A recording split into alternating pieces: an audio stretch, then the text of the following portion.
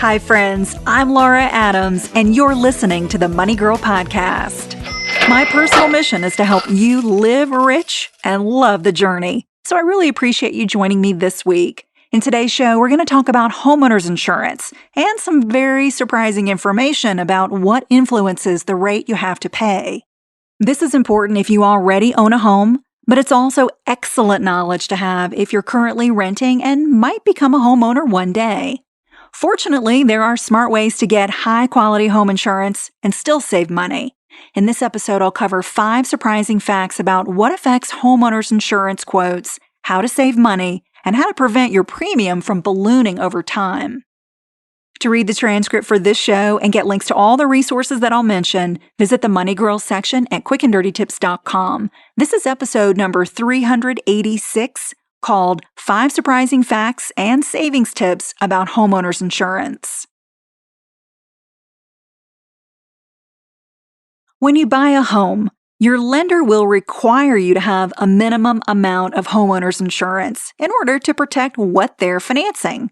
You must be able to repair or replace the property if it gets damaged or destroyed by a covered event, such as fire, wind, or hail. But in order to protect your own interests, you should have a comprehensive homeowners policy that goes above what a lender requires. For instance, every homeowner should have liability coverage to stay safe from a lawsuit. Plus, loss of use coverage pays when you're forced to move out while repairs are made due to a covered disaster.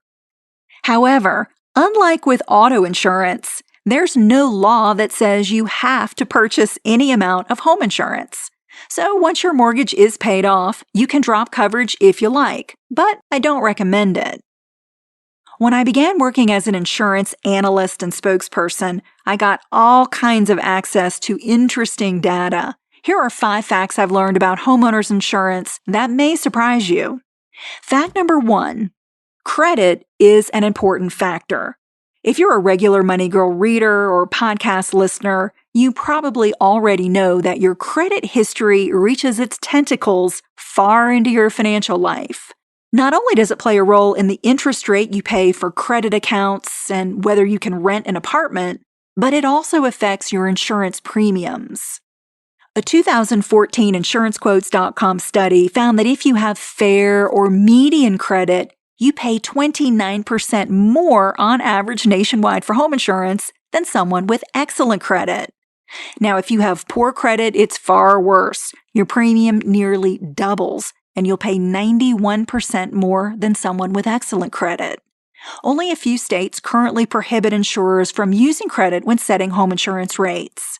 So in every state except California, Maryland, and Massachusetts, keeping your credit in tip-top shape will help you save a substantial amount of money on home insurance. Fact number 2, making a claim affects your rate. Insurance is one of the only products you buy that you hope you'll never have to use.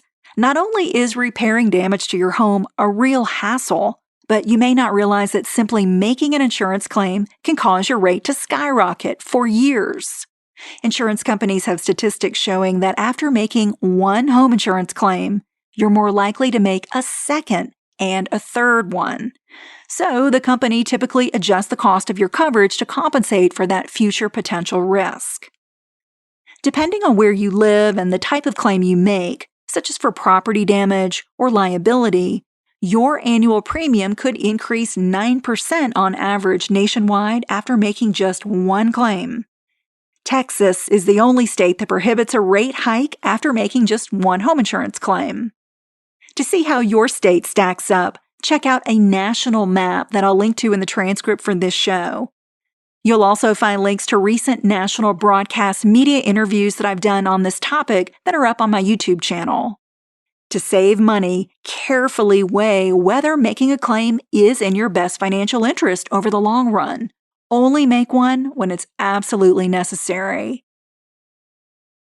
Fact number 3, a previous owner's claims can affect your rate.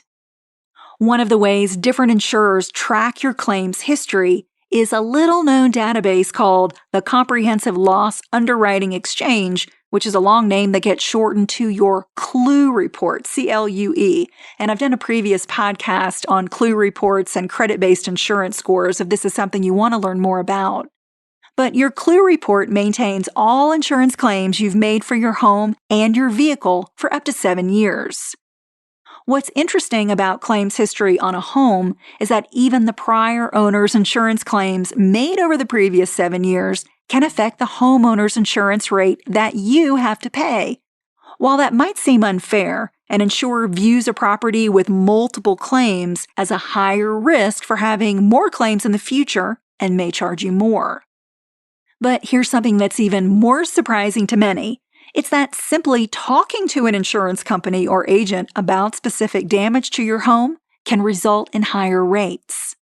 In most states, insurers can make a notation in your CLUE report if you simply inquire about a loss. Insurers say that the fact that you inquired about a loss is an indication that a loss occurred and makes your property riskier. They can raise your rate at renewal even if you never filed a claim or if you filed one that was denied. So be clear about whether you're making a formal claim for damage or simply inquiring about whether a type of damage is covered by your policy, and be very clear about that with the company. You can view your auto and home CLUE reports from LexisNexis for free every 12 months. Just like with your credit report, you should review it carefully and dispute any errors right away every year. Again, you'll find the link to the CLUE report in podcast number 386 on the Money Girl section at quickanddirtytips.com. Here's another tip for when you're in the market to buy a home. Always request a copy of the CLUE report from the seller so you can see what insurance claims have been made on the property. Aside from insurers and lenders, only the property owner can access a home's CLUE report, so you need to ask the owner to obtain a copy for you. Fact number 4. Some dog breeds are blacklisted. If you love your dog as much as I love mine, you may be surprised to know that your furry friend could cause problems with your home insurance. Since coverage typically includes liability for all members of your household, including your pets, insurers are particular about which dog breeds they'll insure. The average cost of a dog bite claim is $30,000, and they make up a third of all liability claims. Large, powerful breeds may be blacklisted altogether or cause you to pay an inflated home insurance rate. Here are some breeds most commonly excluded from coverage: Akita, Alaskan Malamute, Chow Chow, Doberman Pinscher, German Shepherd, Great Dane, Pit Bull Terrier, Presa Canario, and Rottweiler. If your dog is blacklisted, consider buying a separate, inexpensive umbrella liability policy. You could get $1 million of coverage for less than about $300 per year. And fact number 5, not everything is covered. While a standard homeowner's policy gives you many protections, such as coverage for the structure of your home, your personal belongings, loss of use, and liability, it doesn't cover everything. Policies often state that for something to be covered, it must be, quote, sudden and accidental. That means if you've had a leaky faucet that caused damage over many months, it probably won't be covered because you neglected proper maintenance. However, even if they are sudden, certain natural disasters are never covered and require separate insurance, such as floods from groundwater and earthquakes. Additionally, mold and sewer backups are perils that may not be covered unless you add them to a standard home policy. If you have a home business with inventory, special equipment, or customers who come into your home, that typically isn't covered and requires a separate commercial insurance policy. You'll also need a different type of policy if you turn your home into a rental or vacation property. Additionally, be aware that certain types of expensive personal belongings have coverage caps. For instance, jewelry, artwork, computer equipment, silverware, and firearms might only give you $5,000 or $10,000 of protection. Now, you can raise these capped coverage amounts to make sure that your home policy would pay out enough in the event of a loss. When it comes to homeowners insurance, there are many factors that influence how much you have to pay. So always ask your insurer about potential discounts. Also, consider increasing your out-of-pocket deductible if you have enough emergency savings to cover it, because that will reduce your annual premium. Shopping around for quotes is the best way to make sure you aren't overpaying for coverage. Use a site like insurancequotes.com, US Insurance, or Exact Quotes to get free home insurance quotes. I hope the facts and tips in this episode will help you keep your home and belongings protected from loss while also saving money on a homeowner's policy. If you have a home insurance question, be sure to post it on the Money Girl Facebook page or on Twitter, where my username there is @LauraAdams, LauraAdams with no space. If you're not already subscribed to the show, iTunes is free and so is the Stitcher app. Thanks to everyone who submitted 5-star reviews on iTunes. I had a listener ask about whether she could submit a review through Stitcher, and I found out that you can do that on the Money Girl podcast page when you're on the Stitcher desktop version, but not on the Stitcher mobile app, as far as I know. But subscribing on either platform, iTunes or Stitcher, is a really great way to make sure you get each new weekly episode as soon as it's published on the web. As always, I'm glad you're listening. Cha-ching!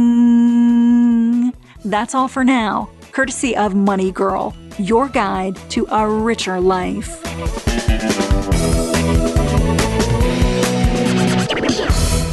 Betterment LLC is an SEC-registered investment advisor. Brokerage services are offered by Betterment Securities, an SEC-registered broker-dealer and member FINRA SIPC. Investments are not FDIC insured, have no bank guarantee, and may lose value. Investing in securities involves risks, and there's always the potential of losing money when you invest in securities. Before investing, consider your investment objectives and Betterment's charges and expenses. Not an offer, solicitation of an offer, or advice to buy or sell securities in jurisdictions where Betterment and Betterment Securities are not registered.